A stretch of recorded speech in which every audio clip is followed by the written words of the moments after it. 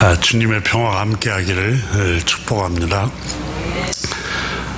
독일의 작가 헤르만 헤세가 쓴 삶을 견디는 기쁨이라는 책에 보면은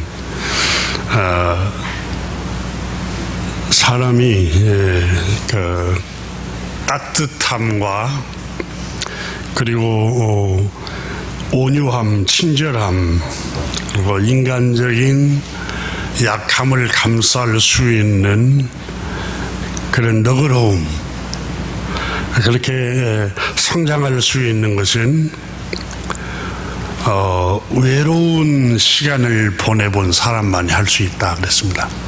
또 잠 못 이루는 밤을 수없이 보낸 사람만이 사람에게 그 넓은 마음으로 그 약한 자들을 긍휼의 마음으로 바라볼 수 있는 통찰력과 긍휼의 마음이 생긴다고 그랬습니다.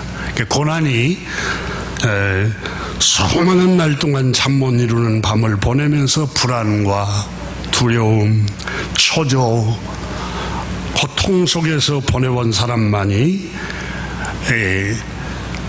몸이 연약하고 또 영혼이 상처받고 또 여러 시련을 당하면서 비천한 데 처한 곳을 있는 사람들을 감쌀 수 있고 보듬을 수 있고 이해할 수 있다, 이렇게 그 책에서 말을 했습니다. 오늘 본문에 나오는 아브라함은 우리보다 먼저 인생의 길을 갔던 선배입니다. 인생의 선배입니다. 우리보다 인생을 먼저 생을 살다간 사람입니다.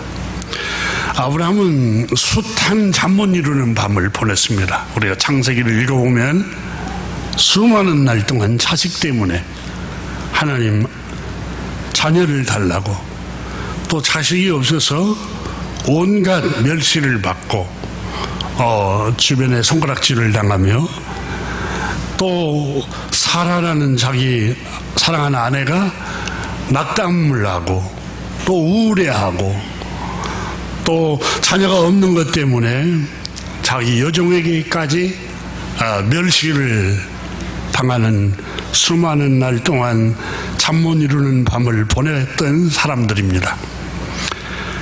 거의 100세가 되세야 여러분 하나님께서 주신 아들을 하나 얻기까지 100년 가까이를 수많은 날 동안 번민과 또 두려움, 불안 속에서 보냈습니다. 오늘 본문에 우리가 이미 알고 있는 말씀과 같이 하나님께서 아브라함에게 나타나셔서 내 사랑하는 독자 아들 이삭을 하나님이 지시하는 모리아 산으로 가서 번제로 드려라, 이렇게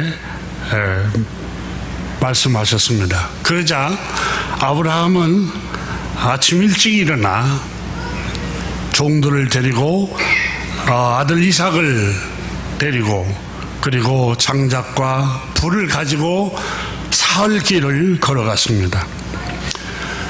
아들을 번제로 드리라고 했을 때 이 아버지 아브라함은 아들에게 너를 번제로 하나님 앞에 드리라고 한단다, 이걸 아들에게 알려주지 않았습니다.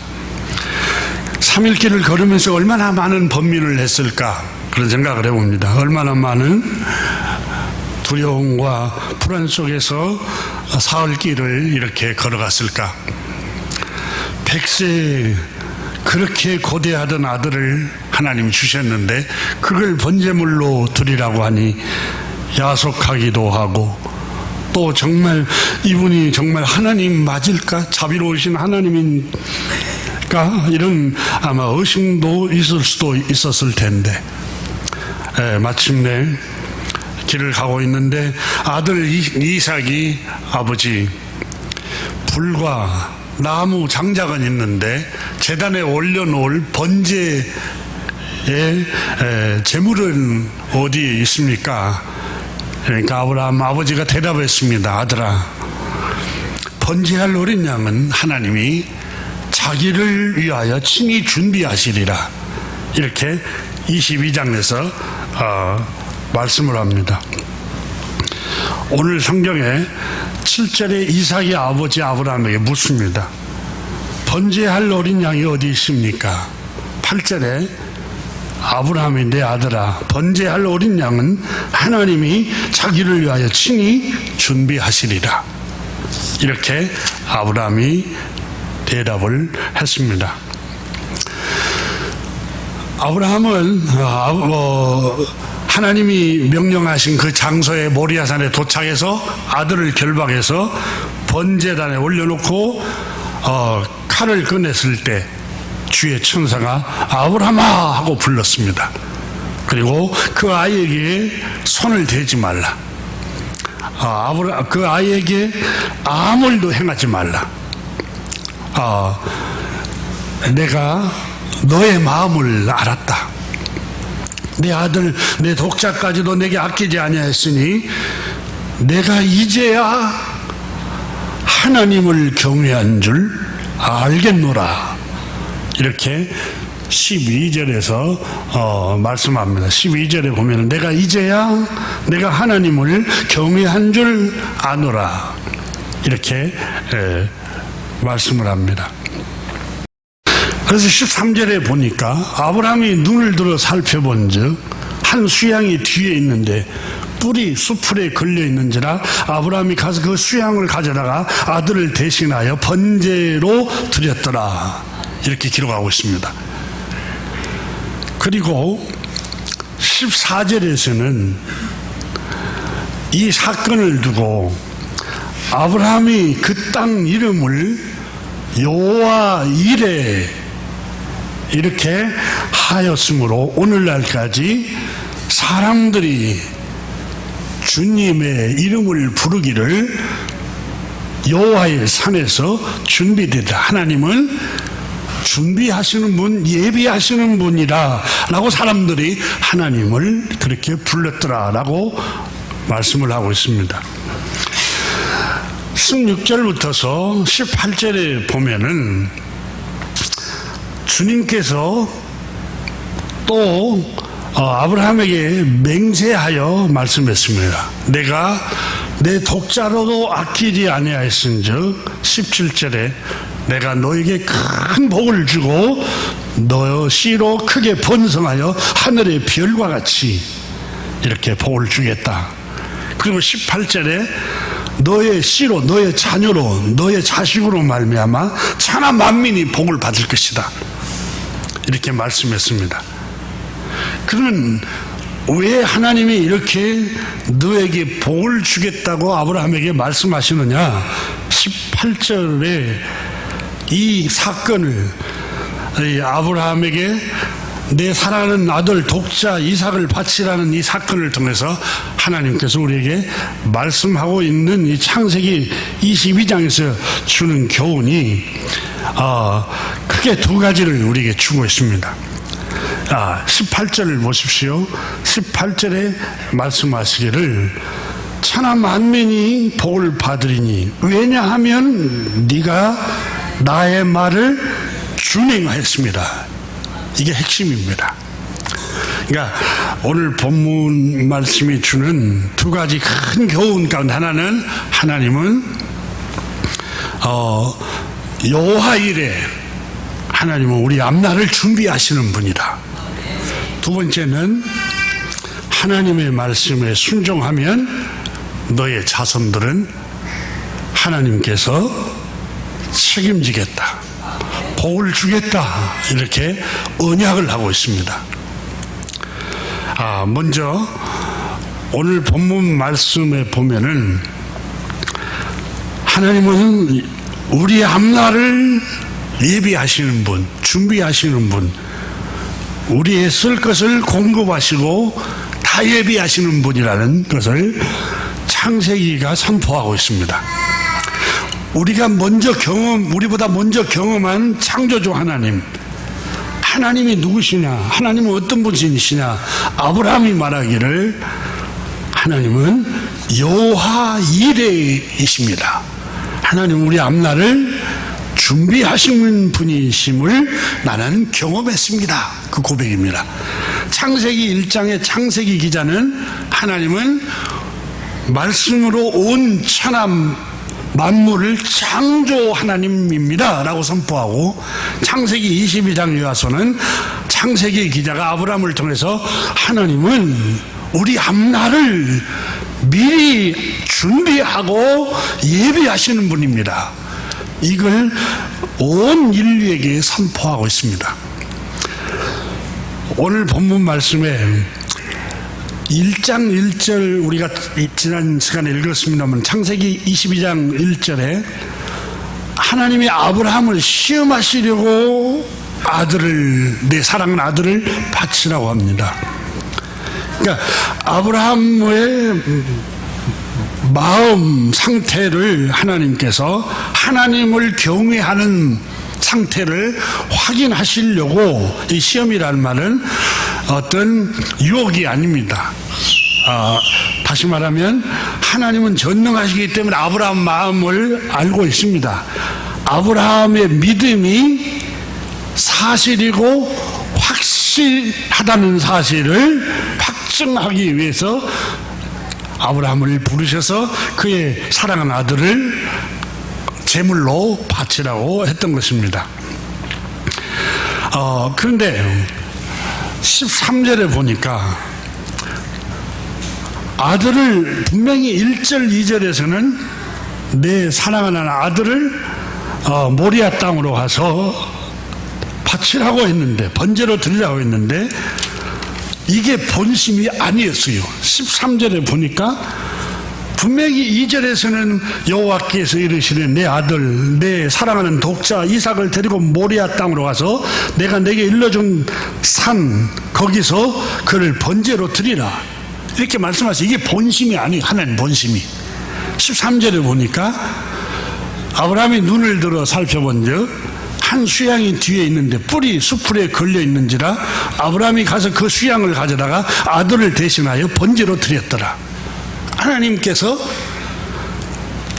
미리 다 예배해 놓고 계셨어요. 그러니까 1절에 아들을 바치라, 이게 본심이 아니에요. 성경을 문맥을 읽어보면, 이 전체를 읽어보면 하나님 마음은 이미 예비해 놓고 있었어요. 아브라함의 앞날, 아브라함의 가는 길, 아브라함의 쓸 것, 아브라함이 하나님 앞에 드려야 할 모든 것을 이미 다 예비해 놓고 아브라함의 믿음을 확증시키기 위해서 1절에 내 사랑하는 아들 독자를 하나님 앞에 번제물로 드리라, 이렇게 말씀하신 거예요. 그러니까 하나님은 아들을, 내 사랑하는 독자를 바치라, 이게 본심이 아니에요. 예레미야 선지자가 예레미야 3장 33절에 그가 비록 근심하게 하시나 그 풍부한 인자하심에 따라 긍휼히 여기실 것이라, 33절에 보면 예레미야 3장 33절을 여러분 한번 열어보십시오. 주께서 인생으로 고생하시며 근심하게 하심은 본심이 아니시로다, 이렇게 기록하고 있습니다. 여러분, 하나님이 우리 아버지이십니다. 예수님께서는 마태복음 6장과 7절에 하나님은 자비가 끝이 없으신 우리의 쓸 것을 다 미리 알고 계시는 아버지라고 그랬습니다. 구하기도 전에 너의 필요를 아시는 아버지라고 그랬습니다. 근데 너의 사랑하는 아들을 갖다가 바치라, 이게 본심이겠습니까?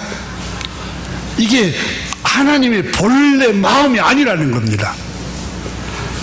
한번 예레미야 얘가 3장 33절 34절에 보면은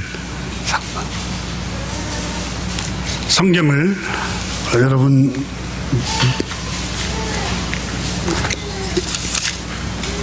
3장입니다. 예레미야 애가 3장 말씀을 보십시오. 3장 놀라운 말씀을 기록합니다. 32절 31절부터 읽어볼까요? 33절까지. 이는 주께서 영원하도록 버리지 아니하실 것임이며 그가 비록 근심하게 하시나 그의 풍부한 인자하심을 따라 긍휼히 여기실 것입니다.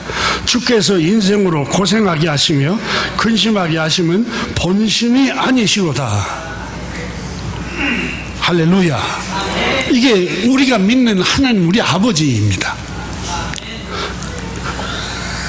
여러분 자녀들을 양육하고 낳아서 길러보지만 일부러 고생을 시키잖아요. 철들게 하려고. 또 그가 혈기가 조금 왕성한 게 죽이고 온유하고 교만한 게 또 교만함도 없어지고 겸손하도록 일부러 하나님께서 우리를 훈련시킨 것처럼 부모도 자기 자녀를 일부러 고생을 시키는 경우들이 허다하잖아요. 그래서 히브리서 12장에 하나님은 사랑하는 자를 징계하신다 그러세요. 고난을 주신다고. 하나님이 우리를 향하신 계획은 비록 근심하게 할 수 있어요. 잠 못 이루는 외로운 밤을 수 없는 날을 보내게 할 수 있어요. 질병을 통해서, 자녀 문제를 통해서, 물질 문제를 통해서 우리의 앞날에 수많은 외로운 밤을 보내게 할 수 있어요. 그런데 하나님 우리 아버지의 본심은 근심하게 하심이 본심이 아니에요. 하나님은 긍휼이 풍성하신 분이에요. 그 아들을 아끼지 아니하고 우리에게 다 내어주신 그분이 우리 하나님 아버지예요. 창세기 기자는 아브라함을 통해서 말씀하신 일을 하나님을 믿는 하나님의 백성들이요, 하나님은 우리 앞날을 예비하고 계시고 우리 앞날을 미리 준비하고 계신다는 사실입니다. 아브라함은 나도 몰랐었습니다. 나도 그분이 우리의 앞날, 내 앞날을 이렇게 미리 예비하고 계셨다는 걸 모르고 인생을 살아왔습니다. 그러나 분명한 것은 내가 인생을 살아보니까 하나님은 반드시 우리 앞날을 예비하고 계십니다. 그걸 창세기 22장에서 강력하게 우리에게 말씀하고 있는 겁니다. 주께서 인생으로 고생하게 하시며 근심하게 하시면 본심이 아니시로다. 여러분, 사치와 허영심에 찌든 사람은 궁핍에 처해야 됩니다. 고생을 하고 궁핍에 처해 봐야 사치와 허영심을 버립니다. 이게 가르침으로 안 됩니다.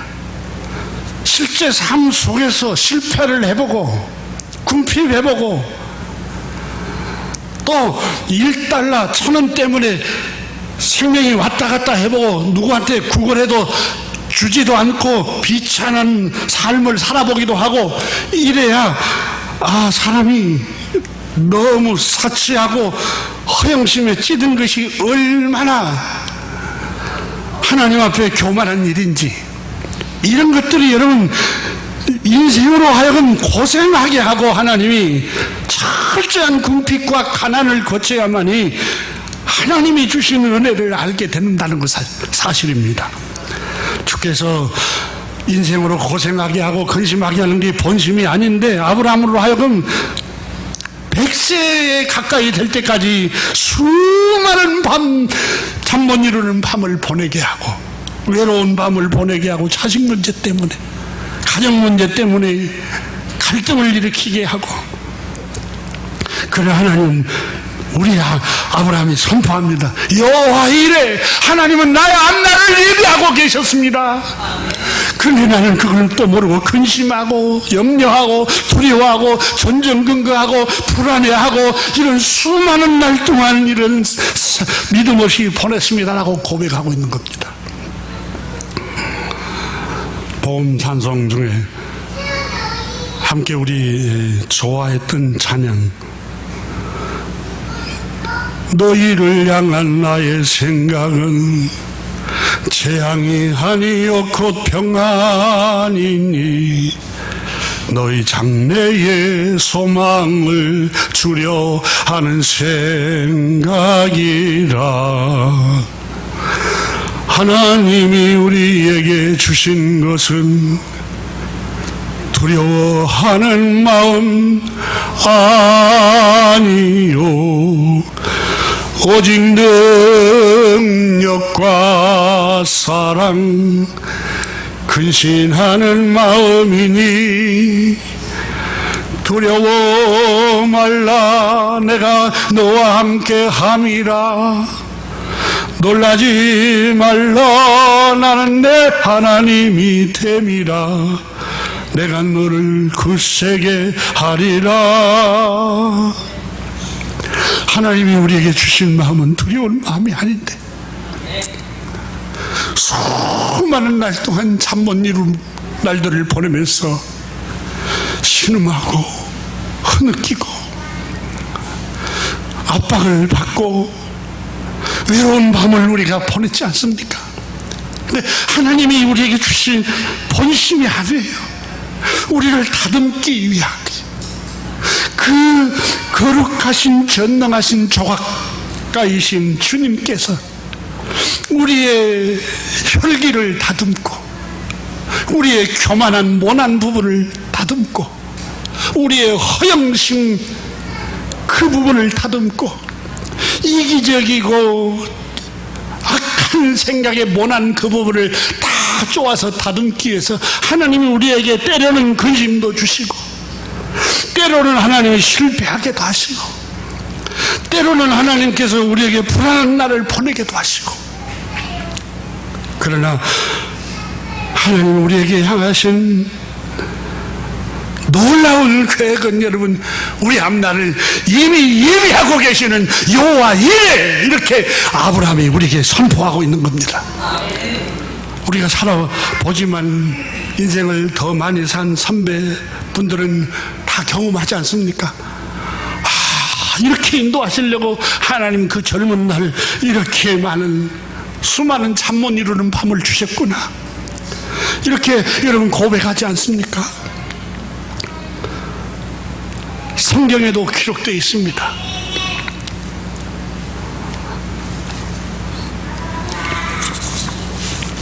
아브라함의 증손자 여러분 요셉을 한번 생각해 보십시오. 요셉을 하나님이 인도하실 모습을 한번 생각해. 17살 소년 시절에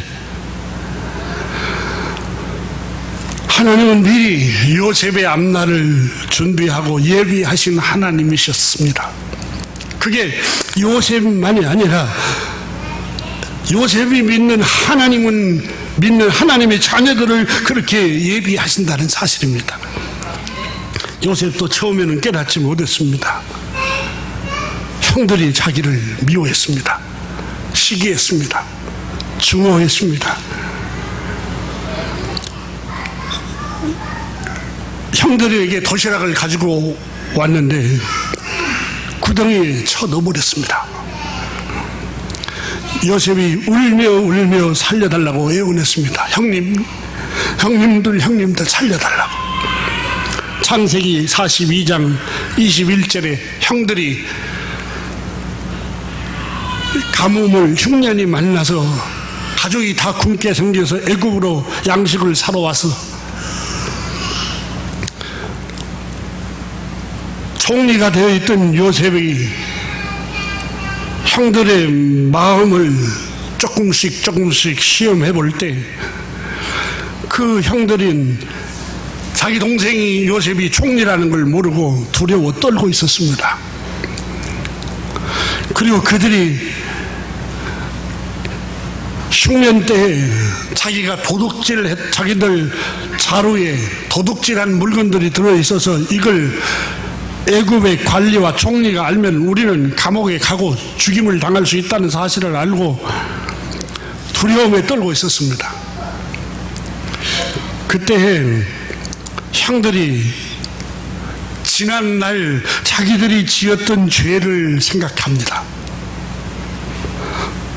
창세기 42장 21절에 형들이 모여서 그들이 서로 말하되 우리가 아우의 일로 요셉을 애굽의 구덩이에 가둬버리고 팔아버린 일로 말미암아 범죄하였도다.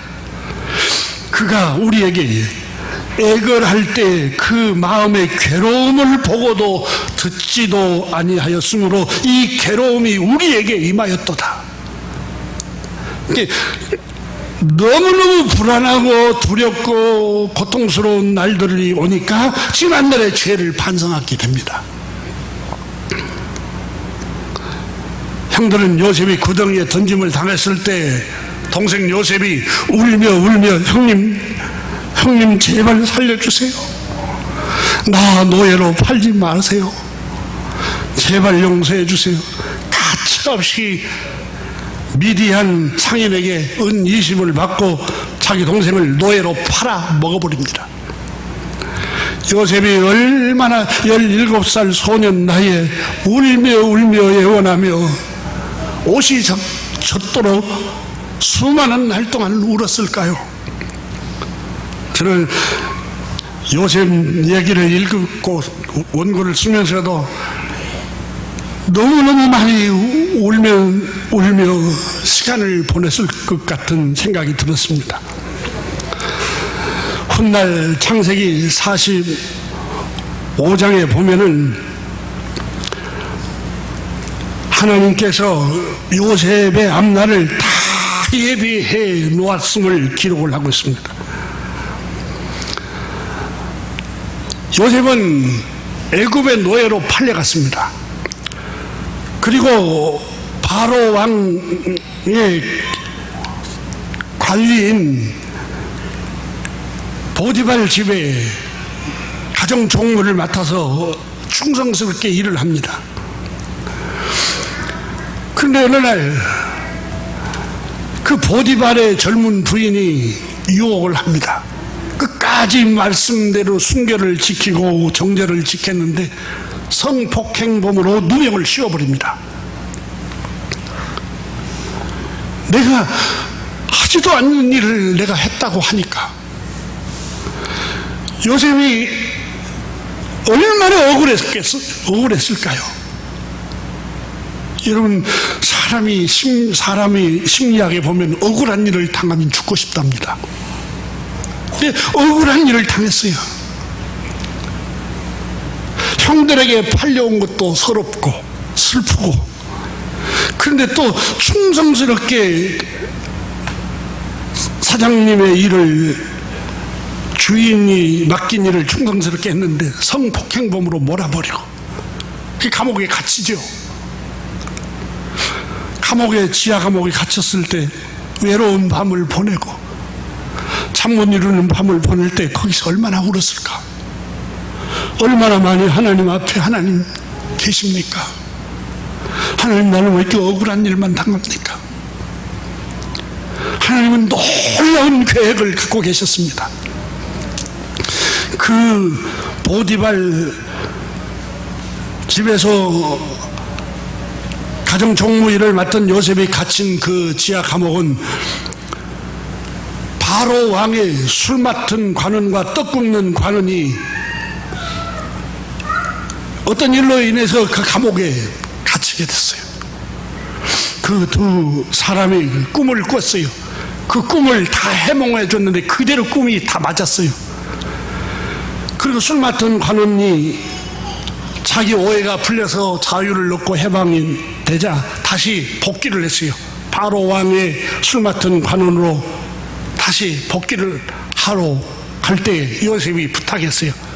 나도 이러이러한 억울한 일을 당했으니 당신이 복귀하면은 통치자인 바로 임금에게 청년 한 사람이 억울한 일을 당했으니까 억울함을 좀 풀어달라고 하소연을 했습니다. 그래, 내가 꼭 기억을 해서 너의 억울함을 풀어줄 것이다 라고 약속하고 갑니다.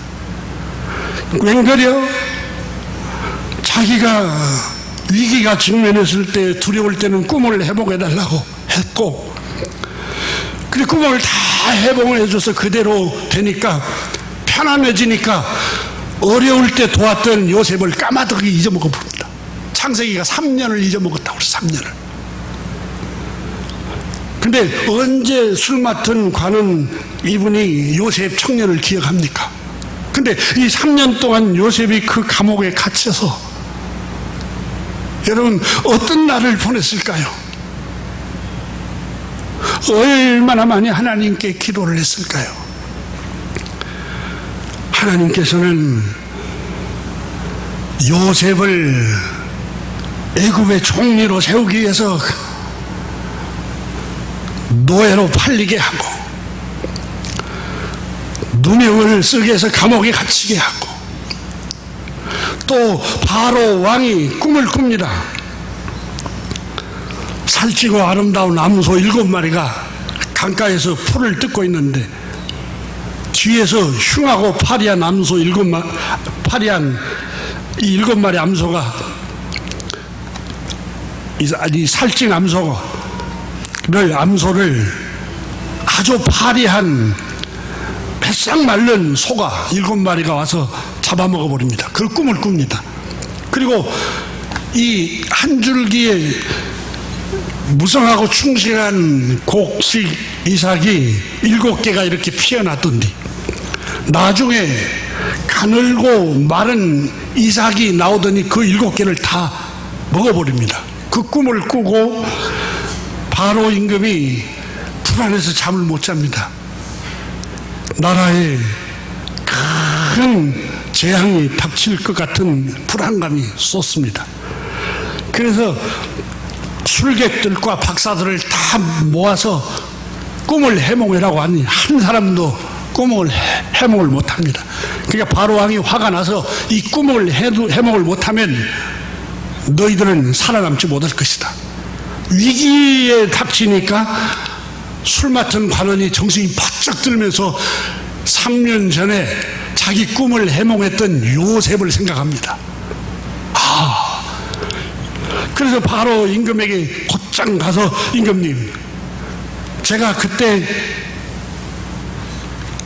감옥에 갇혔을 때 제 꿈을 해몽한 대로 그대로 다 하나님의 지혜를 받아서 해몽한 대로 다시 복직을 했는데 그 사람 안에는 하나님의 신이 있습니다. 그 청년을 여차여차해서 누명을 쓰고 거기에 갇혀 있는데 그를 데리고 와서 이 꿈을 해몽하도록 요청하십시오. 그러자 바로 왕이 허락해서 또 왔습니다.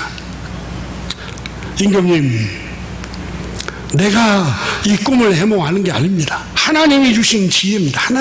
성령 하나님이 주신 지혜인데 이것은 앞으로 임금님이 2번 겹쳐서 반복해서 꾼 꿈은 하나님께서 반드시 행할 일입니다.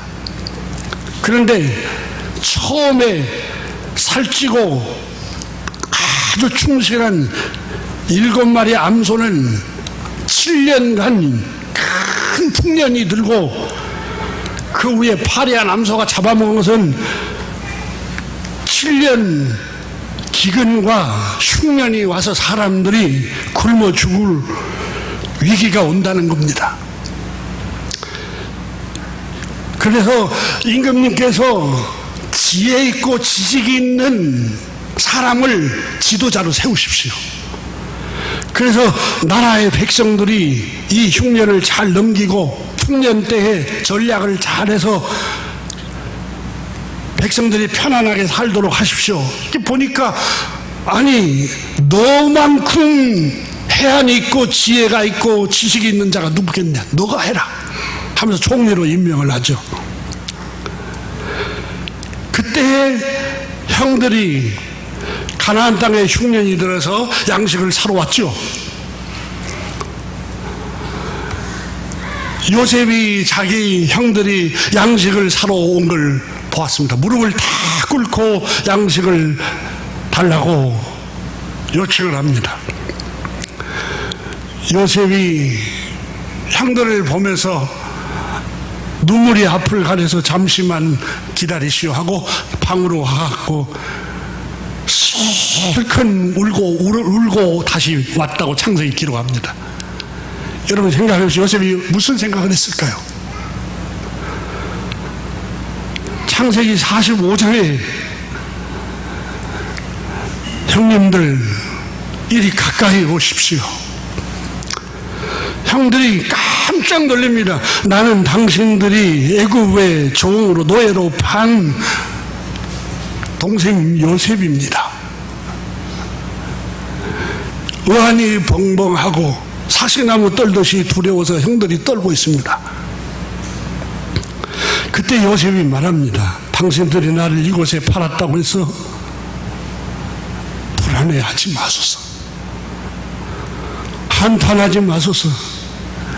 요셉이 그때 하나님이 누구신가를 깨닫고 고백합니다. 하나님이 생명을 구원하시려고 하나님께서 미리 이렇게 흉년이 들 줄 알고 우리 형제들, 부모, 일가 친척을 굶기지 않고 죽음에서 구원하시려고 먼저 나를 이곳에 하나님이 보내셨습니다. 아직 흉년이 지나려면 5년 더 걸리는데 하나님이 큰 구원으로 당신들의 생명을 보존하고 당신들의 후손을 세상에 두시려고 나를 당신들보다 먼저 앞서서 보내셨습니다. 그런즉 나를 이리로 보낸 이는 당신들 형님들이 아니요 하나님이 형님들의 손을 통해서 앞날을 다 예비해 놓으시고 나를 보내신 겁니다. 그래서 하나님이 나를 바로의 총리로 삼으셔서 애굽의 총리로 삼으셔서 애굽 땅을 통치자로 삼으셨습니다. 이것은 형님들 하나님은 앞서서 행하시며 미리 우리의 앞날을 아시고 흉년과 이 흉년에서 살아남고 우리를 살리기 위해서 그 수많은 날 동안 외로운 밤을 나로 하여금 보내게 하고 수많은 잠 못 이루는 밤을 수없이 수년간 나를 보내게 하신 게 형님들이 아닙니다. 하나님이 우리 가족을 구원하시기 위해서 앞서서 미리 보내신 것입니다. 여러분 창세기 45장에서 하나님은 우리의 앞날을 미리 아시고 나를 하나님께서 미리 보내시고 예비하신 것입니다. 이 고백을 하고 있는 거예요. 하나님은 우리의 앞날을 예비하시는 분입니다. 여러분이 믿든 안 믿든 정말 주님은 예비하고 계십니다. 그리고 나서 훗날 그 기간이 다다르면 비로소 하나님은 너무 놀라우신 분이구나.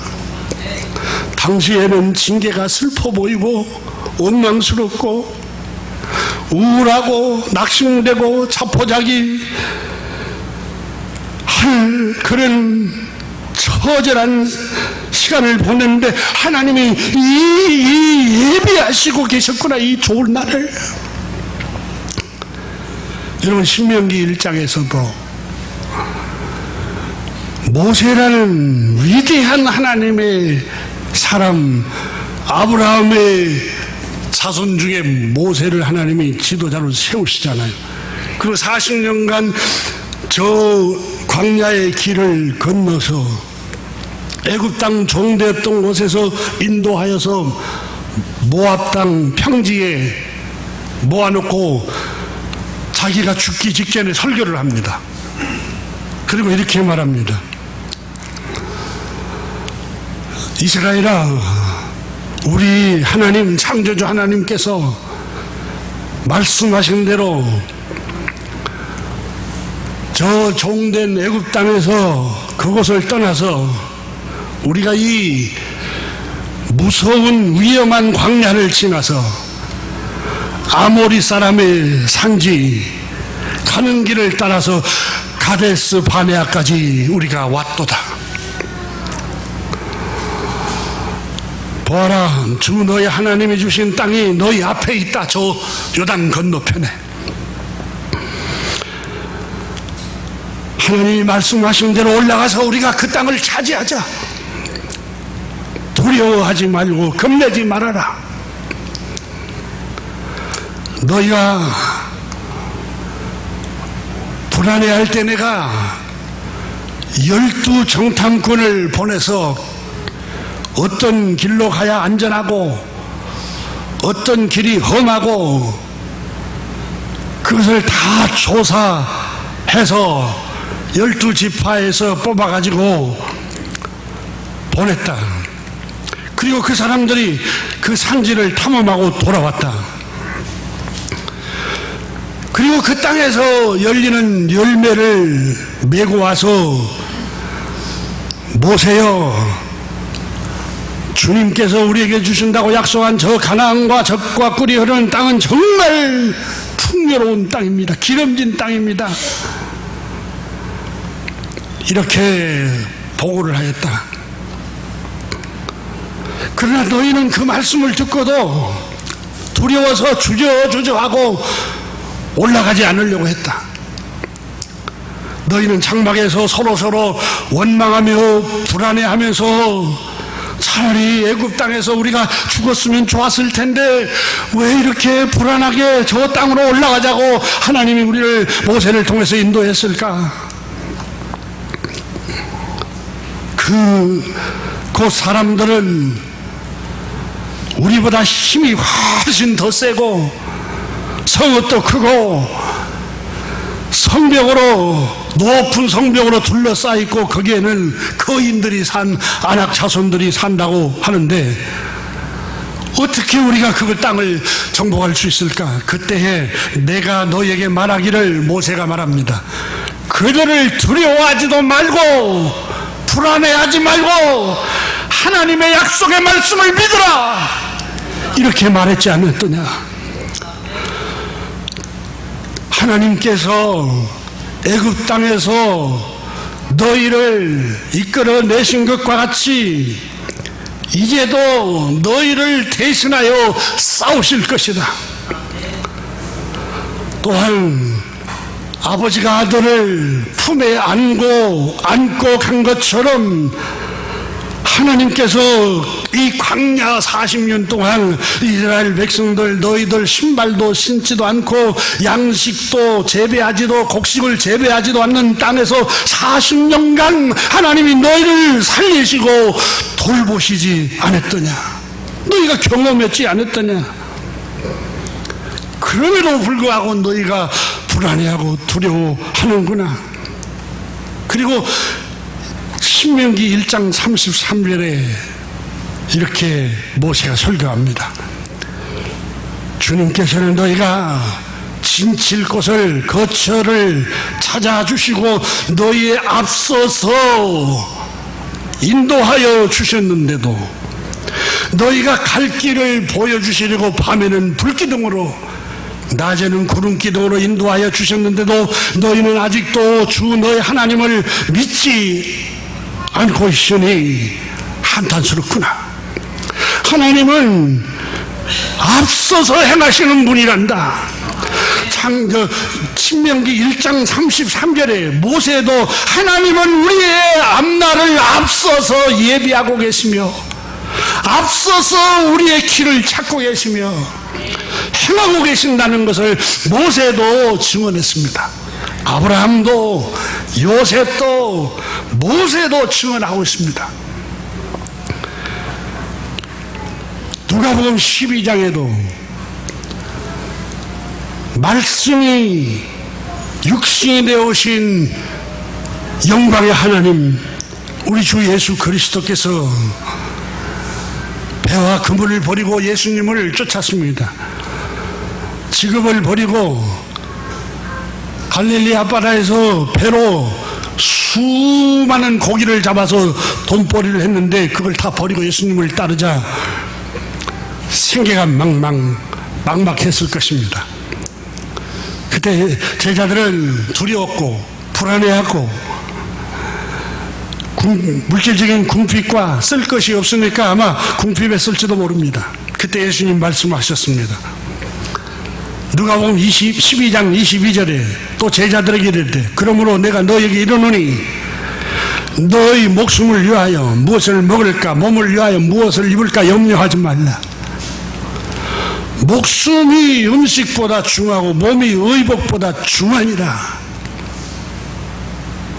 그러니까 제자들은 맛있는 음식, 산의 진미 음식을 먹는 거, 예수님을 따르니까 마른 빵을 먹고 기껏해야 생선 2마리 이렇게 생선으로 먹고 산의 진미를 먹지 못해요. 예수님을 제자로 따르다 보니까 옷도 맵시가 좋은 옷을 못 입어요. 어부로 고기를 잡을 때는 돈을 많이 버니까 명품 옷도 사고 그랬겠죠. 근데 예수님께서 말씀하시기를 제자들에게 무엇 때문에 그렇게 염려하느냐, 무엇 때문에 그렇게 불안해하느냐, 초조하느냐, 음식이 중요하냐, 무슨 옷을 입었느냐 그게 중요하냐, 목숨이 중요하지 않느냐, 생명이 중요하지 않느냐, 가장 중요한 것은 생명 아니더냐. 까마귀를 한번 생각해봐라. 누가복음 12장 24절에 심지도 아니하고 거두지도 아니하고 골방도 없고 그 창고도 없으되 곡식을 모아둘 창고도 없으되 창조주 하나님이 기르시나니 너희는 새보다 얼마나 더 귀하냐.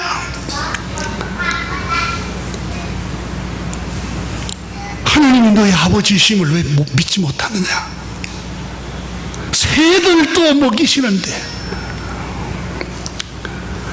왜 더 좋은 옷, 더 좋은 음식을 못 먹는 것 때문에 그게 불평할 일이니? 그게 비교할 일이니? 생명이 중요하잖아. 목숨이 중요하잖아. 새들도 기르시는데 하물며 너희를 돌보지 않겠느냐? 그리고 너희가 염려함으로 키가 작은 사람이 나는 왜 이렇게 키가 적을까? 염려하고 불안해하고 초조하고 비교한다고 해서 키가 한 자나 더 크게 할 수 있더냐? 못하잖아. 안 되잖아. 그건 받아들이라. 예수님 말씀하십니다. 그런즉 작은 일도 하지 못하면서 어찌 다른 일들을 염려하느냐. 백합화를 생각해보라. 실도 만들지도 않고 짜지도 아니하느니라. 그러나 내가 너희에게 말하노니 솔로몬의 모든 영광으로도 여러분 입은 것이 이 꽃 하나만큼 훌륭하지 못하느니라. 솔로몬의 영광, 권력, 부, 명예, 금, 그 영광이 부러워하는 것 같은데 매년마다 피어나는 꽃 한 송이의 영광 맛도 못하다. 떨어져 버리고 지나가 버린다는 거예요. 오늘 있다가 내일 아궁이에 던지우는 들풀도 하나님이 이렇게 입히시거든 하물며 너희일까 보냐 믿음이 적은 자들아. 그러므로 무엇을 먹을까 너희는 무엇을 마실까 불안해하지 말아라. 근심하지 말아라. 이 모든 것은 세상 백성들 믿음이 없는 사람들이 염려하는 것이라. 너희 아버지께서는 이런 것이 이 일용할 양식이 너희에게 있어야 할 것을 알고 계시느니라. 그러므로 너희는 먼저 그 나라와 그 의를 구하라. 그러면 이 모든 것을 더하시리라. 그 말씀대로만 살아가라 그 말이에요. 하나님이 예비하고 계신다는 말씀을 하고 계십니다. 욥기 5장 9절에는 하나님은 헤아릴 수 없이 큰 일을 행하시며 기이한 일을 셀 수 없이 행하신 아니라고 그랬습니다. 나 염려하지 않아도 내 쓸 것 아시니, 정말 주님 내가 염려하지 않아도 내 쓸 것을 아시고 나 오직 주의 얼굴을 구하게 하소서. 모든 걸 하시는 주님, 내 마음과 정성 다해 주 바라나이다. 온 마음 다해 사랑합니다. 온 마음 다해 주 알기 원하네. 내 모든 삶 당신의 것이니 주만 섬기리. 왜 그렇습니까? 주님이 예비하고 계십니다. 믿으십시오. 아브라함도 처음에는 꿈에도 생각 못했는데 예비하고 계시잖아요. 요셉도 마찬가지고 모세도 말씀합니다. 마지막으로 오늘 본문에 아브라함의 믿음이 사실임을 입증되는 놀라운 말씀은 오늘 본문 말씀에 보면은 18절에 내가 나의 말을 준행하였음이니라. 우리가 이 성경을, 오늘 본문 22장의 성경을 잘못 이해하면은 하나님이 독자 아브라함의 아들 이삭까지도 아낌없이 바쳤기 때문에 하나님이 복을 주시는구나, 이렇게 오해할 수 있습니다. 그러나 문맥을 전체 읽어보면은 이 본문 1절부터서 마지막 절까지 읽어보면은 초점이 어디에 있습니까? 18절에 보면은 또 내 씨로 말미암아 너 자녀로 말미암아 천하 만민이 복을 받으리니, 왜냐하면 너는 내가 나의 말을 준행하였음이니라 하셨다 하니라. 이게 초점입니다. 말씀에 순종했다는 게 그게 초점입니다. 그러니까 자식을 번제물로 드렸다는 게 초점이 아니에요. 드리라고 했잖아요. 근데 말씀에 순종하는 그 마음, 그 행실을 창세기 22장에서 말씀하고 있는 겁니다. 준행했다라는 히브리어로 사마라는 단어를 썼습니다. 말씀에 귀를 기울이고 순종했다, 행동으로 옮겼다라는 뜻입니다. 주님께서 아브라함이 말씀을 따라서 행할 때 아브라함의 믿음이 사실임을 인정하는 사건입니다. 그러니까 믿음이 사실이라는 걸 어떻게 알죠? 그 말씀대로 생활을 하고 행동을 할 때, 아, 그 믿음이 사실이구나. 우리는 주여, 뭐 조금만 일어나면 주여, 주여, 주여. 그게 믿음의 척도가 전혀 아닙니다. 우리가 수시로 입으로 고백하는 것이 믿음의 척도가 아닙니다. 믿음의 척도는 그 사람이 믿음이 있는지 없는지, 하나님의 말씀을 믿음의 사람인지 아닌지를 어떻게 구분합니까? 네가 나의 말을 준행하였음이니라. 말씀을 기울여 듣고 그 말씀대로 생활했다는 겁니다.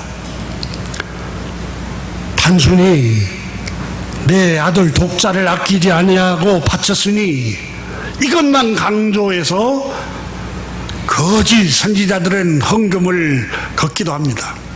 그런데 이 말씀의 전체 문맥을 보면은 더 중요한 것은 천하 만민이 내 씨로 말미암아 복을 받을 것이다. 왜냐하면 내 말에 준행했기 때문이다. 말씀에 따라서 자신을 굴복시키고 순종했기 때문이다. 이게 초점입니다. 여러분, 하나님의 말씀을 따르고 순종하려면 자아를 죽여야 됩니다. 자기 욕망을 죽이고, 자기 욕정을 죽이고, 자기 혈기를 죽이고, 자기 허영심, 교만, 자기 생각, 자기 자아를 끊임없이 이게 죽여야, 자기를 쳐서 죽여야 하나님 말씀을 생활할 수 있습니다. 믿음이 누가 큰 사람이냐? 목이 새도록 기도하는 사람이 아닙니다. 손을 들고 그냥 우리가 믿음이 있는 척 하면서 손을 들고 찬양하는 게 아니라, 물론 그건 표시입니다. 하나님 감사의 표시입니다. 믿음의 척도는 나를 쳐서 말씀을 따라 생활하는, 준행하는 생활입니다. 기도하겠습니다. 하나님 아버지 감사합니다. 오늘 이 아침에 우리는 늘 염려하고 불안해하고 두려워하고 초조하고 잠 못 이루는 밤을 보낼 때가 많습니다. 나의 앞날을 예비하심을 믿게 하여 주옵소서. 우리의 자녀들의 앞날을 예비하심을 입으로 시인하고 믿고 바라보게 하여 주옵소서. 하나님 아버지 감사드립니다. 사랑하는 교우들, 가정과 자녀들, 심령의 앞날을 예비하고 계심을 찬양합니다. 하나님, 우리 교회 앞날을 신실한 하나님의 사람들로, 또 장래 하나님 아버지, 또 신실한 하나님의 목회자를 보내실 것을 예비하고 계신 줄 확신합니다. 하나님, 우리가 다 믿고 의지하고 바라보게 하여 주옵소서. 우리 주 예수 그리스도 이름으로 축복하며 기도드립니다. 아멘.